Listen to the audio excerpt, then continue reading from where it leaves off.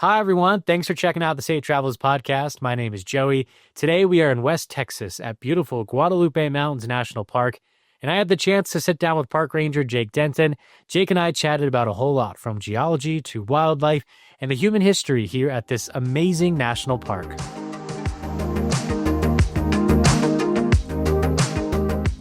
Jake, I'm so excited to talk with you. We're at Guadalupe Mountains National Park, and we have a lot to talk about in this episode, from geology to ecology and even human history. But first, I want to talk about your journey to the Park Service, because like many park rangers, you are a wanderlust that has spent time at other units prior to arriving here. So what's your journey been like to the National Park Service? Sure. Yeah. I probably, like many college students, didn't know exactly what I wanted to do after graduating.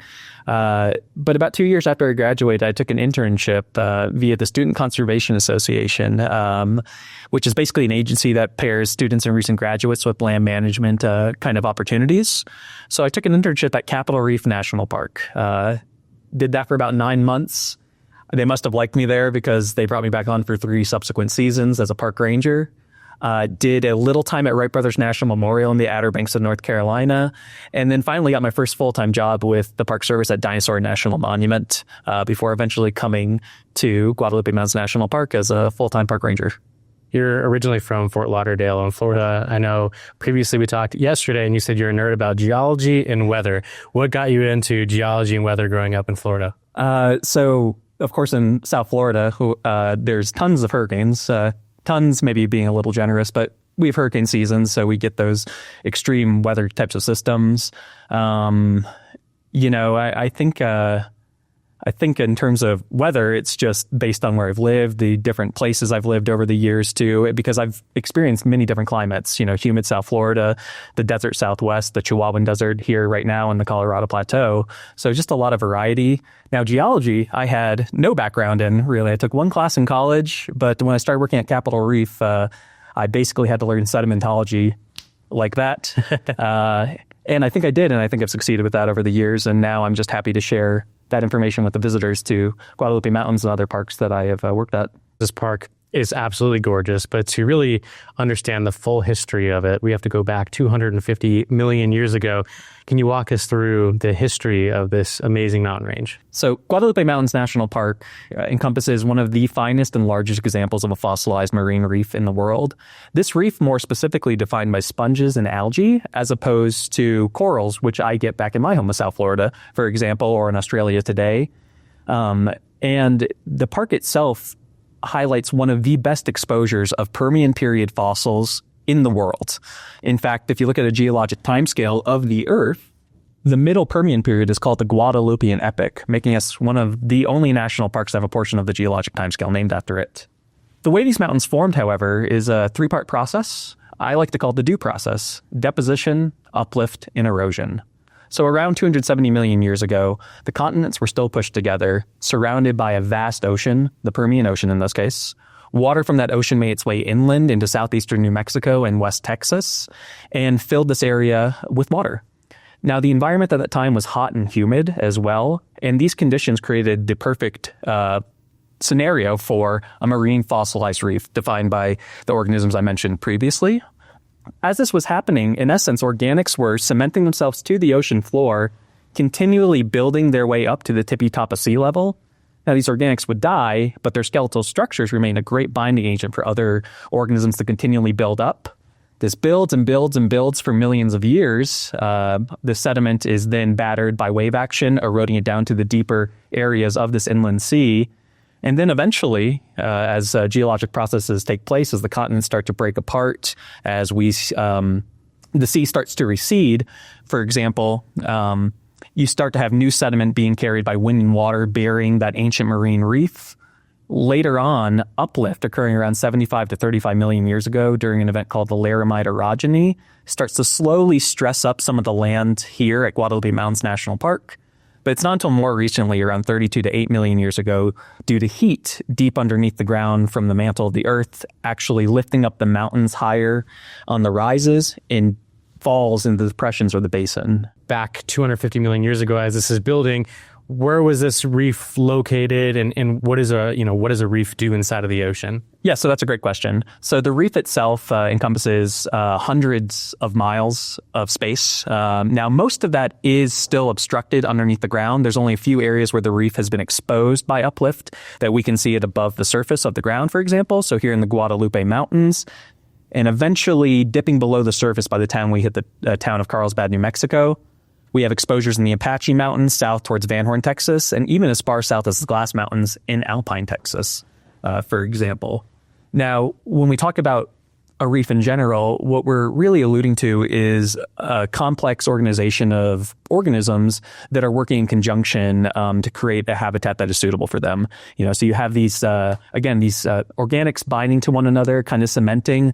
They're creating a great sort of anchoring point for these organisms to live and thrive. And this also typically lends itself to larger fish communities and other organisms that will utilize these areas as not only living, but places to find their next meal, for example. Because organisms have made up this reef, when you're hiking through Guadalupe Mountains today, can you find evidence of these fossils and organisms that once lived here? Yeah, absolutely. And of course, the friendly park ranger note to start. If you see anything cool out there, pick it up. Take a picture, you set it right back down. But all that said, yes, fossils are found absolutely everywhere within Guadalupe Mountains National Park and the Guadalupe Mountain Range. 500 some unique species of fossils that have been identified within this park. So it's a really staggering amount. We're talking even fossils or organisms that we can find today, although the very fossilized and extinct versions of them, like crinoids, brachiopods, nautiloids, cephalopods, for example. So many different types of organisms can be found here in the park. Because this area was once underwater and was an active reef, can you find evidence of ancient springs today throughout the mountains that might have existed during that time period? Yeah, absolutely. And being here at Frijole Ranch, for example, is a great way to talk about that. In fact, just outside the doors here, there is a spring that produces 6 gallons of water per minute. So consistent water in a place that has next to none is a really important thing and is why people eventually settled here. Now, springs are found throughout the park. In fact, along the Frijole Ranch corridor, there's also Smith Spring, which is a little bit north of where we are right now. And in fact, back in the day, Pine Springs, which is where the main visitor center of the park is located, it had an active running spring until seismic activity eventually plugged it. So it just goes to show you that geologic processes, as they continue to take place, are going to change the way this park looks and the way it might have to operate. Just up the road here is another national park. That's Carlsbad Caverns, one of the most exotic cave systems in the entire world. What's the connection between Guadalupe Mountains and Carlsbad Caverns? Yeah, we are connected at the hip, if we like it or not. Just kidding, guys. But all that said, in essence, when you go to Carlsbad Caverns National Park, what you're hiking through as you go down into the cave is what's exposed at the top here. So that porous limestone, after the unique weathering and geologic processes have taken place within the cave themselves, you can see what that would have looked like in a sense here in the mountains as you proceed up into the high country at Guadalupe. There's a lot of things you wouldn't perceive about this park, considering where it's located here in Texas. There used to be an ancient ocean. This used to be a reef, but also there's conifers up in the mountains here. It's a desert, but it is a very lush desert here in the Chihuahuan Desert. Can you talk about the different ecosystems that you can hike through when you're climbing from kind of a desert scrub all the way to the top of Guadalupe Peak? Great question. So truly, we'll start from the lowest elevations found in the park, which are over on the west side, the Salt Basin Dune area, which we're looking at around 3,500 feet above sea level, for example. From the lowest point in our park to the absolute highest point in the state of Texas, Guadalupe Peak at 8,751 feet above sea level, there's a dramatic difference in the ecology and the biodiversity that you find, for example. So out there, you have pretty classic warm desert floor, a lot of sand, for example, plants that you'd expect out there. As you get towards Pine Springs, around 2,000 feet higher, you're still seeing pretty standard Chihuahuan desert plants. soak tree yuccas, New Mexico agaves, ocotillo here and there, amongst others. But as you start to proceed up the mountain, that's where you get into ponderosa pine territory, Douglas firs in certain areas, as well as big-tooth maple trees. So what's really awesome about this park is in West Texas, in the fall, we get a spectacular hue of colors within not only our canyons, but in the high country as well. It's also known as a sky island. What does that mean? Yeah, so Sky Island, it's like its own unique environment in the middle of nowhere. So again, as you get towards Carlsbad or if you head towards El Paso, you're losing elevation quite dramatically, heading into kind of the basinal areas of the region. And then you have this dramatic uplift, this dramatic relief here at Guadalupe Mountains National Park.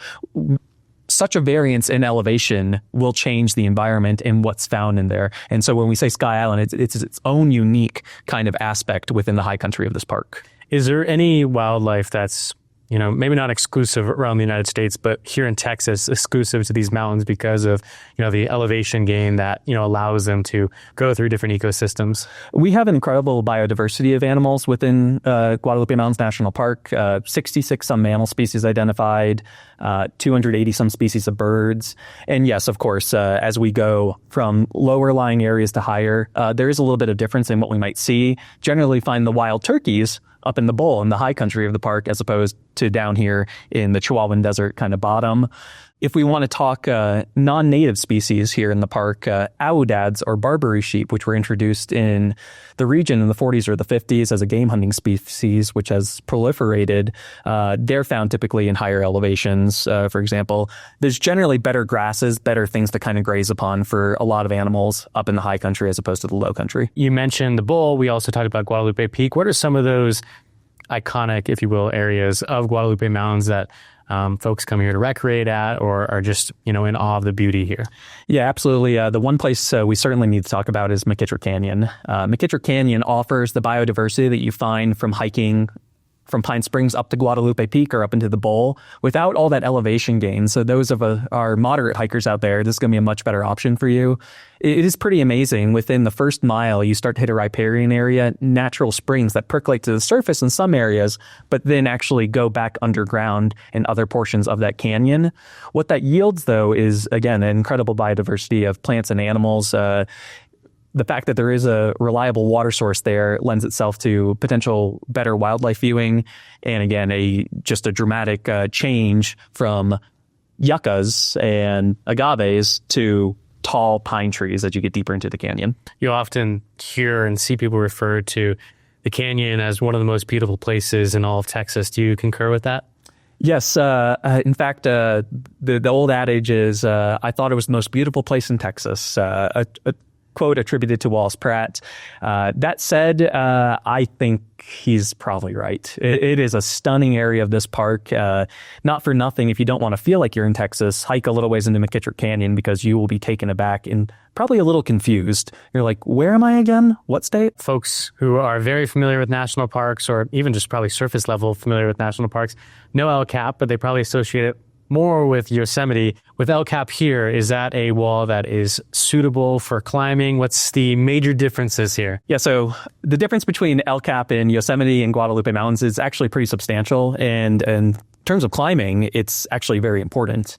The rock material are vastly different. So here at Guadalupe Mountains, El Capitan is defined by limestone, which is craggy and chalky, breaks apart. It doesn't lend itself to climbing at all and has led to unfortunate scenarios. Whereas, say, Yosemite, we're talking 3,000 feet from base to top and granite, a much more climbable rock. So very, very different kinds of things. And we do not allow the use of climbing at the park for that reason. Does limestone, here, does it propose challenges just for your average daily hiker that's here at this park? It can, just because the surface is uneven, rocky, even jagged at times. So it's more about preparedness than anything else. Wearing the proper shoes, ankle support is a big deal here at Guadalupe Mountains National Park, just because of the geology, the makeup of it. You mentioned that McKittrick Canyon is a great hike for people who don't want to have a significant climb in terms of elevation. Are the majority of other hikes here, do they pose a significant climb? An overwhelming majority of the hikes within Guadalupe Mountains do occur in the high country within our wilderness areas. Those are going to be those ascents into the high country where you're gaining a minimum of about 2,000 feet of elevation, generally 6 to 8 hour kind of situations if you want to hike it within a day's time.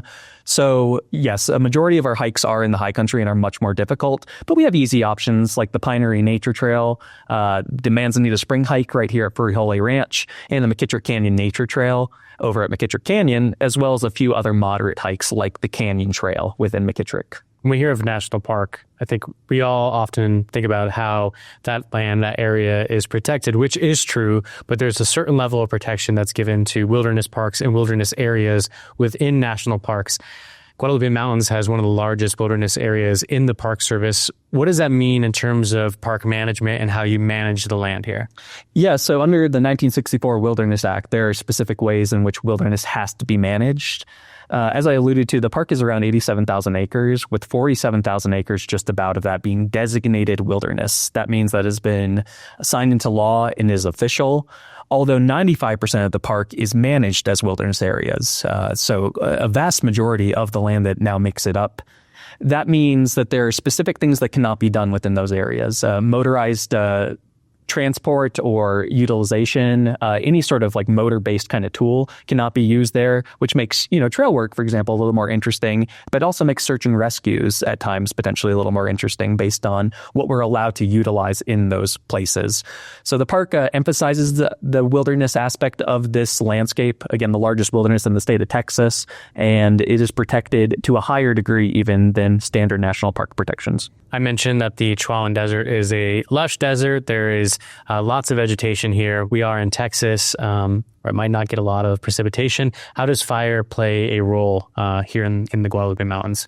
Yeah, so fire is obviously something that's on our mind in such a dry place and such a windy place so often. The park receives less than about 15 inches of precipitation a year.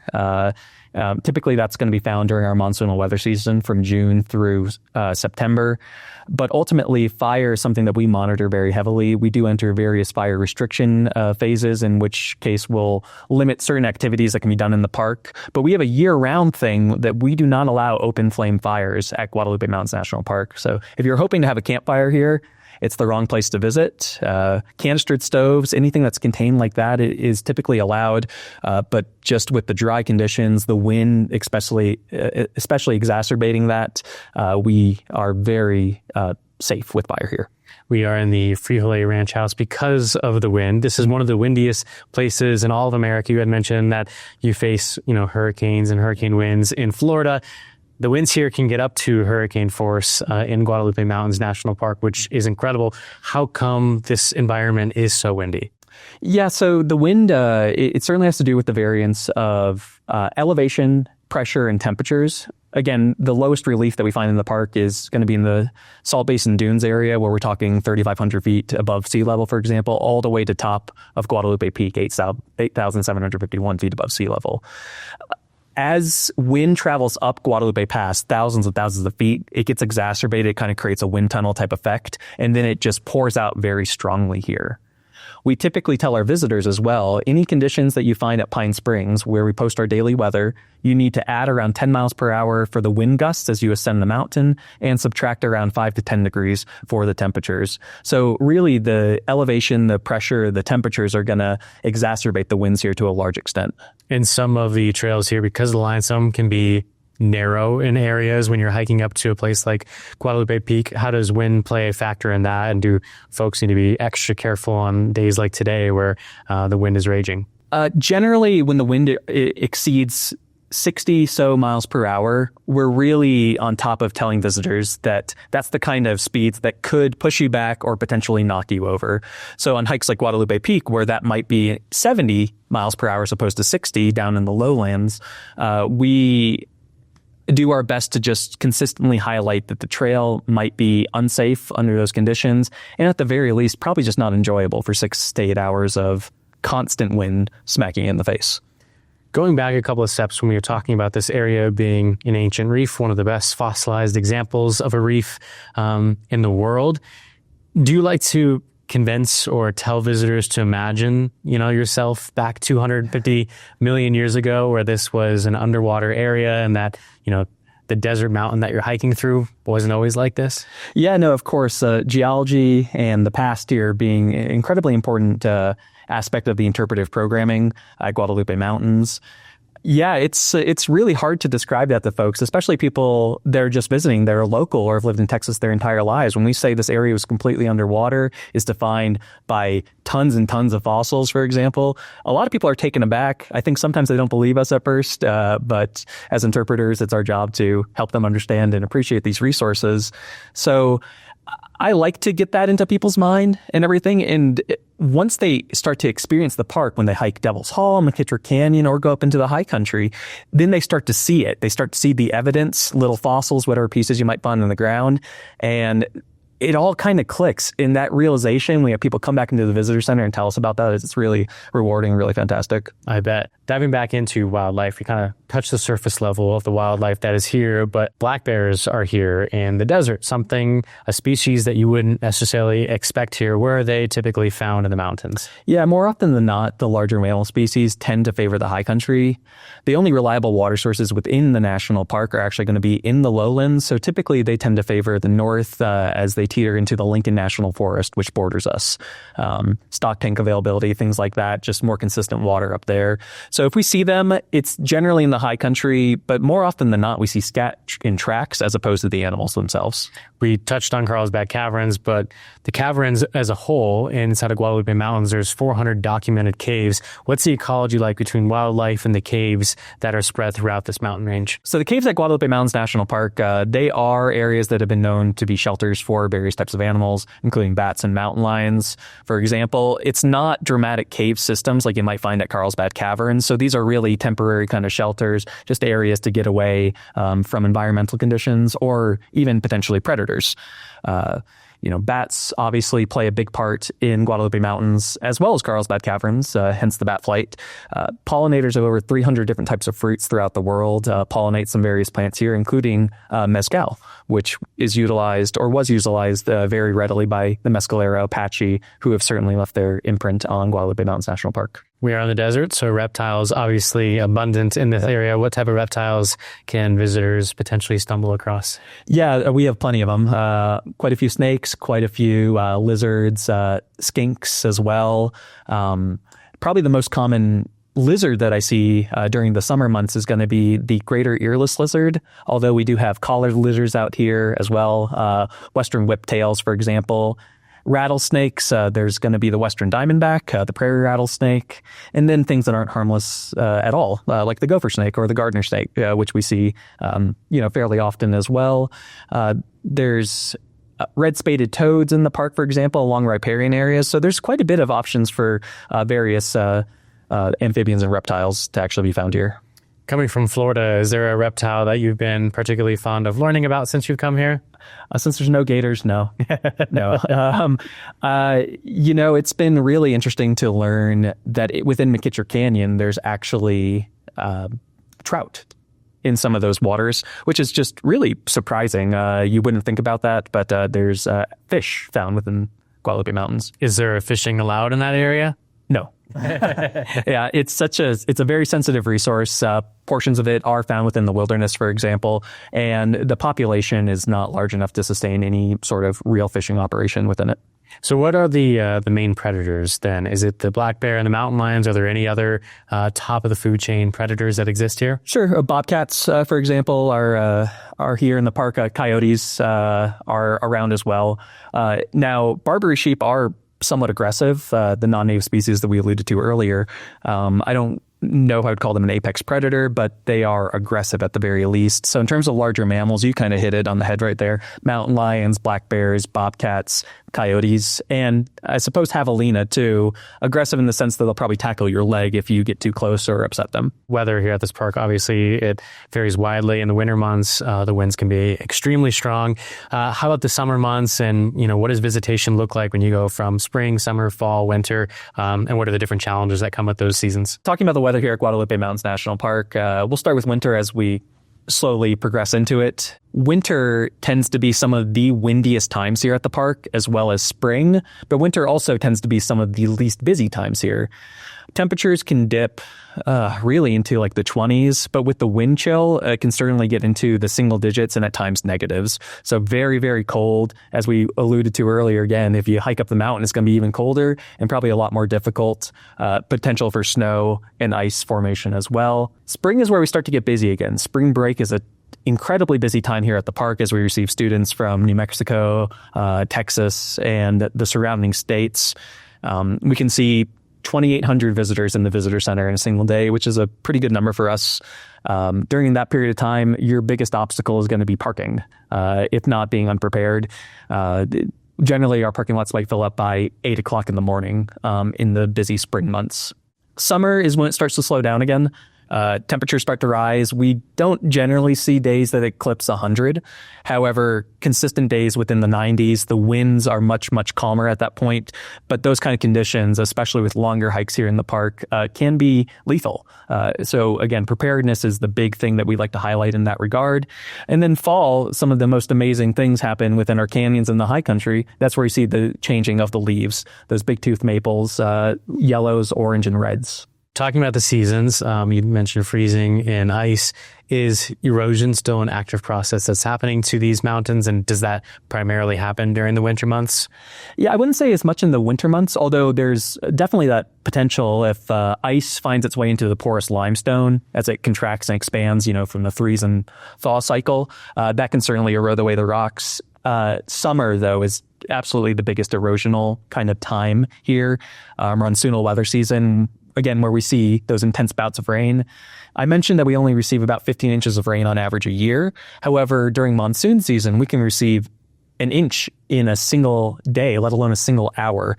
That's a significant amount of rain based on the totals we overall receive. And as that rain batters the mountain, ends up in that porous limestone, it slowly does break it apart. And when you visit the park, you can truly see the veins on which the rocks have eroded over long, long periods of time. Yeah, you absolutely can, right? When you go up to the Pine Springs Visitor Center, you can see the veins very clearly. Yeah. Is flash flooding a concern if you're out on a hike and the monsoons creep up on you? Flash floods have occurred in this park for sure, and they do occur. It does, based on the topography and the geology, need to be quite a bit of consistent rain to have some serious flow within our canyons, such as Pine Springs and McKittrick Canyon. So it's not much of a worry. But for those of you that have visited the park prior to 2021, the Devil's Hall Trail, for example, changed dramatically due to flash flooding. It used to be only about 4 feet to actually hike up into the hall towards the end of the trail. Now it's about 16 feet, just due to water moving and eroding away those rocks and creating a deeper depression there.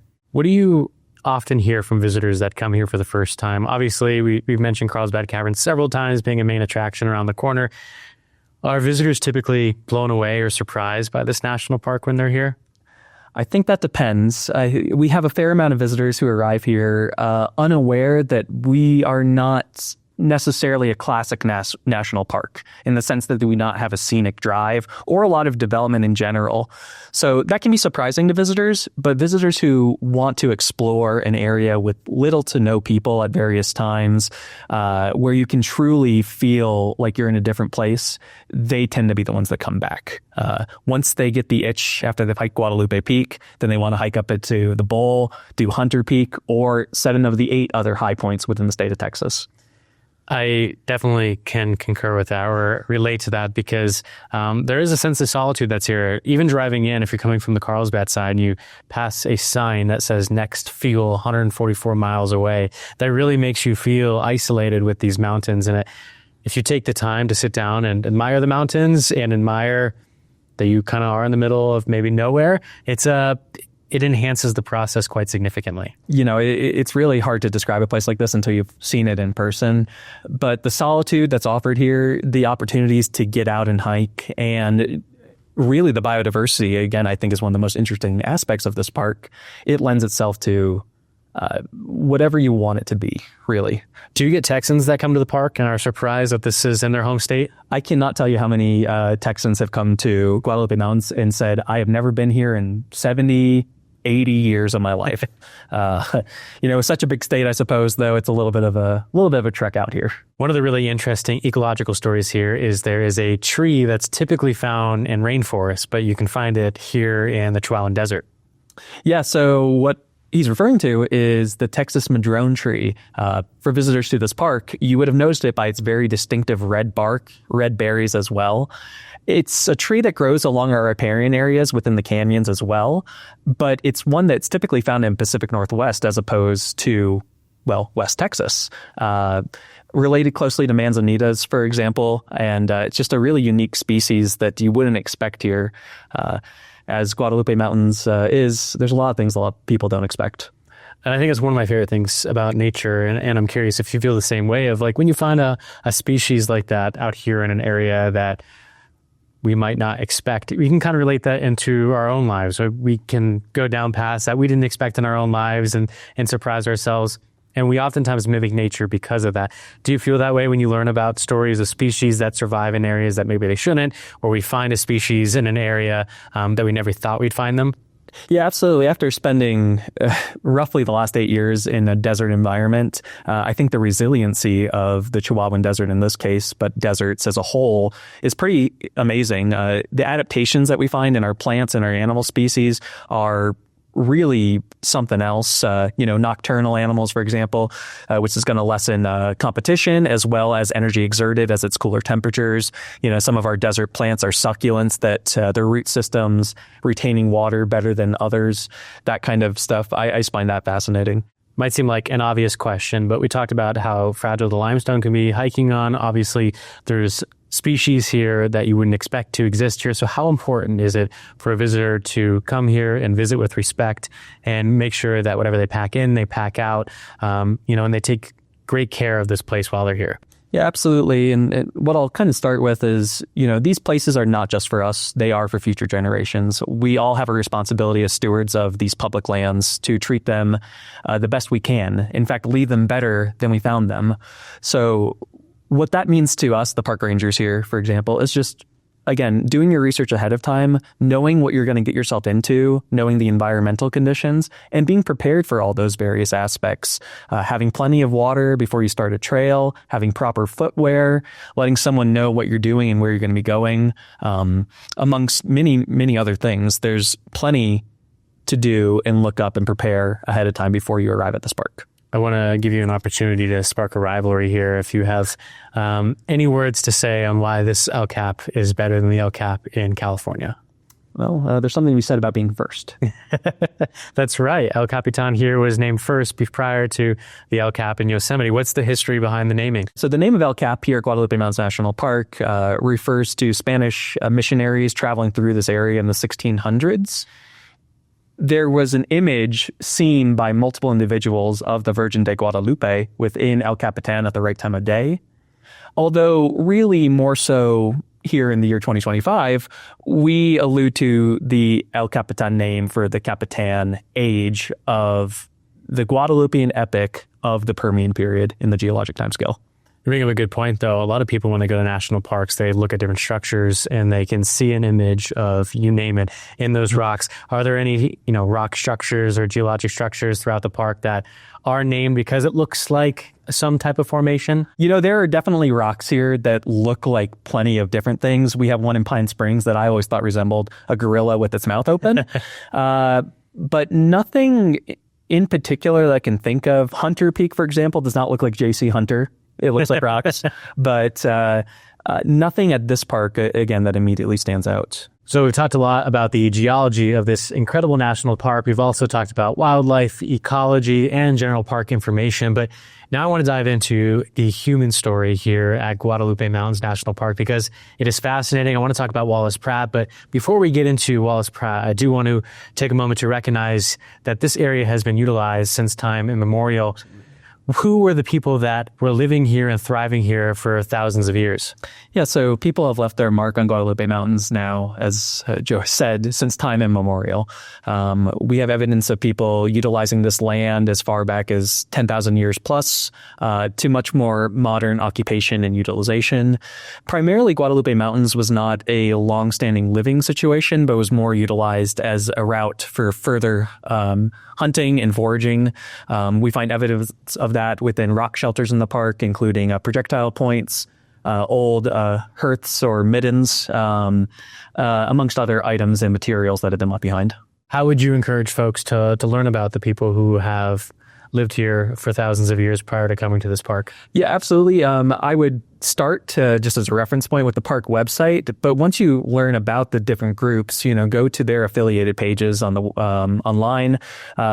There's plenty of books available in the park bookstore that will highlight some of the people of the past here at Guadalupe Mountains. So it's really just finding proper sources and doing your research. As we move up the timeline in history, how did this land, how was it shaped by human activity as we got nearer into the 1800s and American westward expansion? Yeah, so as the human timeline kind of progresses within the Guadalupe Mountains, there were at times, of course, very tense skirmishes amongst people that were already living here, Mescalero Apache, as well as Buffalo Soldiers who were sent by U.S. cavalry to maintain the safety of this area for people traveling along, say, the Butterfield Overland Mail Route.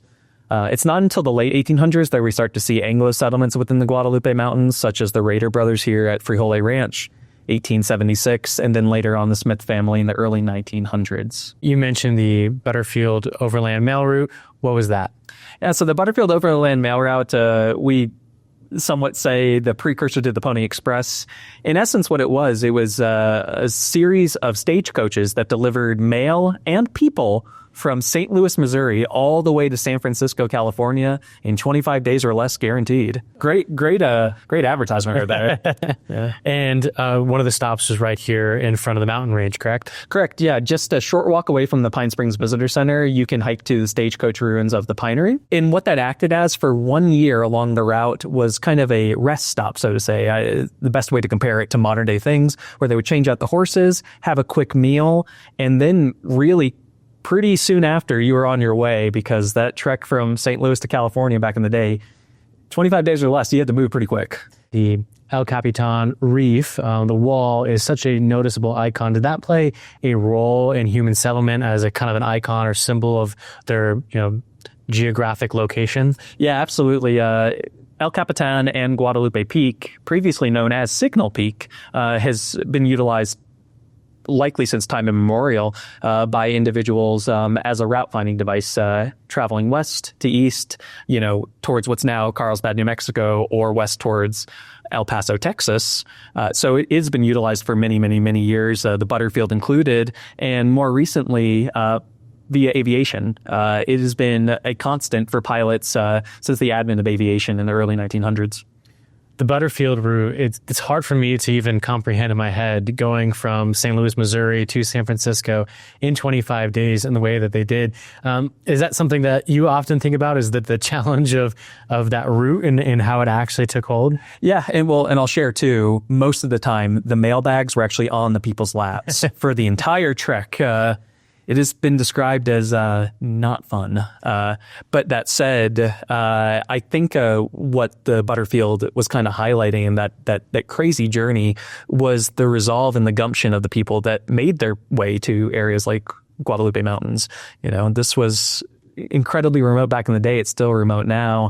And it took a lot of will to actually make anything of yourself in places like this. Do you know if there's any stories of people that were on that route and when they stopped here just fell in love with the range and decided to stay? Do you think that's even plausible? I think that is plausible for sure. Maybe not after carrying the mail for so long. But really, we don't see, I think, a larger affinity for this area in the will to have a parcel until a little bit later, until the 1900s more so. One of the really unique and interesting stories here when we talk about travel in the United States is Guadalupe Peak. There is a stainless steel pyramid that is on top of that peak. What is that there for? Yeah, so that kind of stainless steel obelisk was installed in 1958, which is 100 years after the Butterfield Overland Mail Route traveled through this area. It was put there, installed by American Airlines as a commemoration of the movement of people and mail across the country, and to highlight, again, the resolve and the gumption of those initial travelers that went along the Butterfield Overland Mail Route, and then later on the pilots who traversed this mountain range. The three sides of it, what are the companies that are on each side of this pyramid? Yeah, so the three emblems on the obelisk on top of Guadalupe Peak represent American Airlines, the Postal Service, and Boy Scouts of America. people who like to bag peaks, as they say, and climb to the tallest peaks in each of the states. Usually they're greeted with a summit book that they can sign their name at. But this is a completely different experience that people go up there and take a picture with this unique, one-of-a-kind stainless steel platform, which is really cool in a unique way. Yes, yeah, it's definitely interesting. It predates the park by 14 years. And of course, with management type of decisions, who knows if it would have been installed after the park was established. What about Wallace Pratt? He's one of the enduring figures that you learn about when first coming to Guadalupe Mountains National Park. What was his influence on making this a national park? Yeah, Wallace Pratt is integral in the formation of this national park. He was a petroleum geologist, very prevalent within the Permian Basin. Was one day asked by a fellow if he wouldn't mind taking about 100-mile trek along rough dirt roads to the most beautiful place in Texas. And when he laid eyes on McKittrick Canyon, he fell in love immediately. And within a short period of time, had purchased parcels all throughout that canyon, around 6,000 some acres. He's integral in the formation of this park because that land was later donated. He had the foresight to protect this area for people's enjoyment later on, which is always kind of an interesting juxtaposition too. You have an oil man and someone who's very conservation minded. It's especially at that time, it was a really interesting kind of comparison or juxtaposition. Did McKittrick Canyon turn him into a conservationist, or was he a conservationist prior to arriving here? The way I understand it, as soon as he saw it, he fell in love and he was ready to protect it. And he has two houses that are built throughout the McKittrick Canyon, but they're vastly different. How are the two houses so different from each other? Yeah, so there's the Pratt cabin, which was built in the 1920s. With some unique architectural styles, completely stone roof, the stone quarried locally, and pine bones brought in from eastern Texas. Whereas Ship on the Desert, his later home and his more consistent home, the Pratt cabin being more of a summer type of situation, was much more modern, resembled an oil tanker on the sea, and really highlighted and incorporated elements of the 50s kind of modernist architectural style. How is Ship on the Rock kind of an ode to his past life as an oil geologist? Yeah, it's really, again, the architectural style. One thing that we don't get to see is on the door of the house, the doorknob is a rock hammer. So it's very clearly alluding to his time as a geologist. That's the number one tool, it feels like, for those folks. But the design of the building overlooking the Permian Basin, the oil fields out there, I think really highlights his past trajectory. And I think his feelings of McKittrick Canyon being the most beautiful place in Texas is shared across the thousands of visitors that come here every year. And I'm sure that's feedback you hear all the time. Yeah, absolutely. And if it means anything, the park rangers are generally going to tell you here at this place that McKittrick Canyon is the thing to go do. So the most beautiful place and the tallest peak in all of Texas. So sounds like a must visit for folks that have not been here before. Oh, we have a little bit of everything. It's really fantastic. One of the stories that your colleague is in love with, Ranger Leah, is the wheelchair climbers in the 1980s. And they have a very special story here within Guadalupe Mountains National Park. Can you share that? Yes. So these were 5 individuals initially from an organization called Point. Now, Point was an organization basically for paraplegics and those who had who were handicapped to get out into nature and enjoy what they were doing, hike, for example, do things like that. They were in West Texas, had the goal and the drive to ascend Guadalupe Peak. And over a 5-day period, 3 of them made it to the tippy top of the state. They were sleeping along the route. At times, they were dragging their wheelchairs behind them.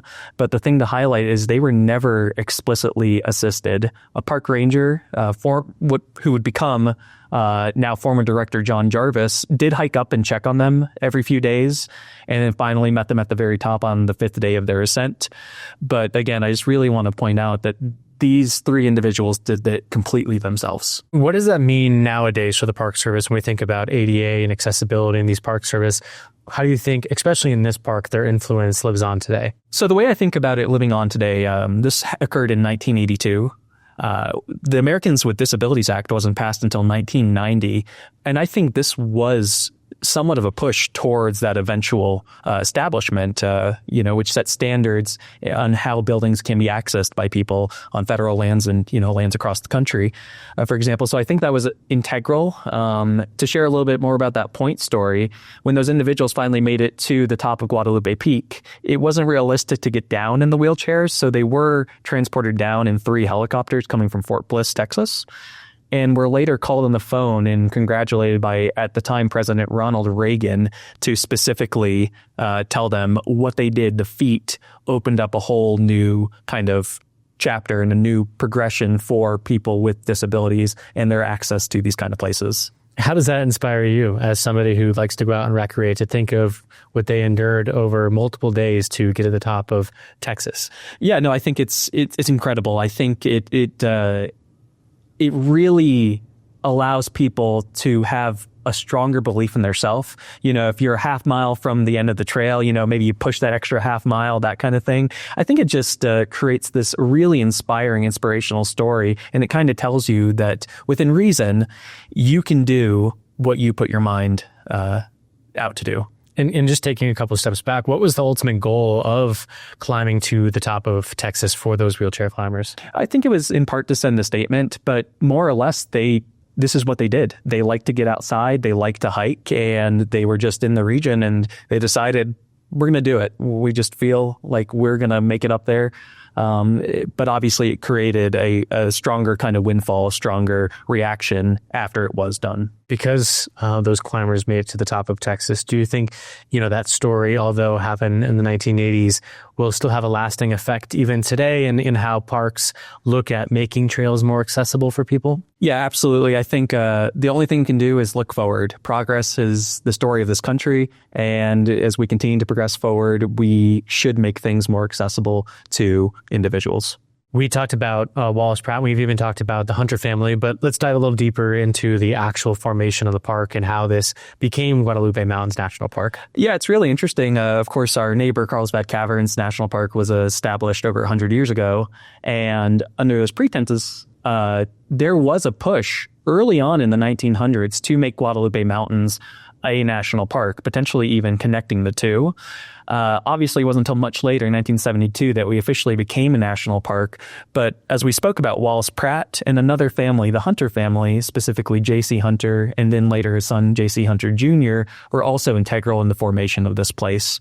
They had grand ideas for the establishment of a national park, and then later sold their land, around 70,000 acres of what was the Guadalupe Mountains Ranch, with the additional 6,000 acres or so provided by Wallace Pratt to open up this place. We talked about a lot of things in this episode, but is there anything else that you want to leave the listeners with, or final encouragement for visiting this amazing national park? Yeah, no, absolutely. As I mentioned before, we're one of the lesser visited national parks in the lower 48. That does not mean we're one of the worst or anything like that. This is an amazing place to visit. And your experience here is just so much better when you consider a few things ahead of time. Preparedness, so having all the proper materials you need, proper clothing, water, food, for example. Having gas for your vehicle, as there's not a gas station very close to this park. And in general, kind of accepting, maintaining, and appreciating the wilderness aspect. This place is rugged, it's remote, but it is rewarding at the end of the day. So I just really want people to kind of see it for themselves, experience it in a safe kind of manner.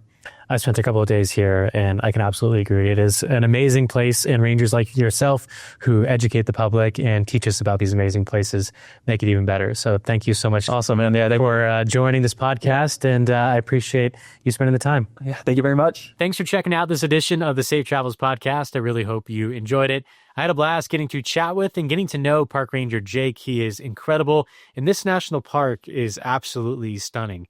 So if you like this type of content, it'd mean a whole lot to me if you followed or subscribed on whichever platform you're watching or listening on, as it really does help out our podcast. And until next time, safe travels.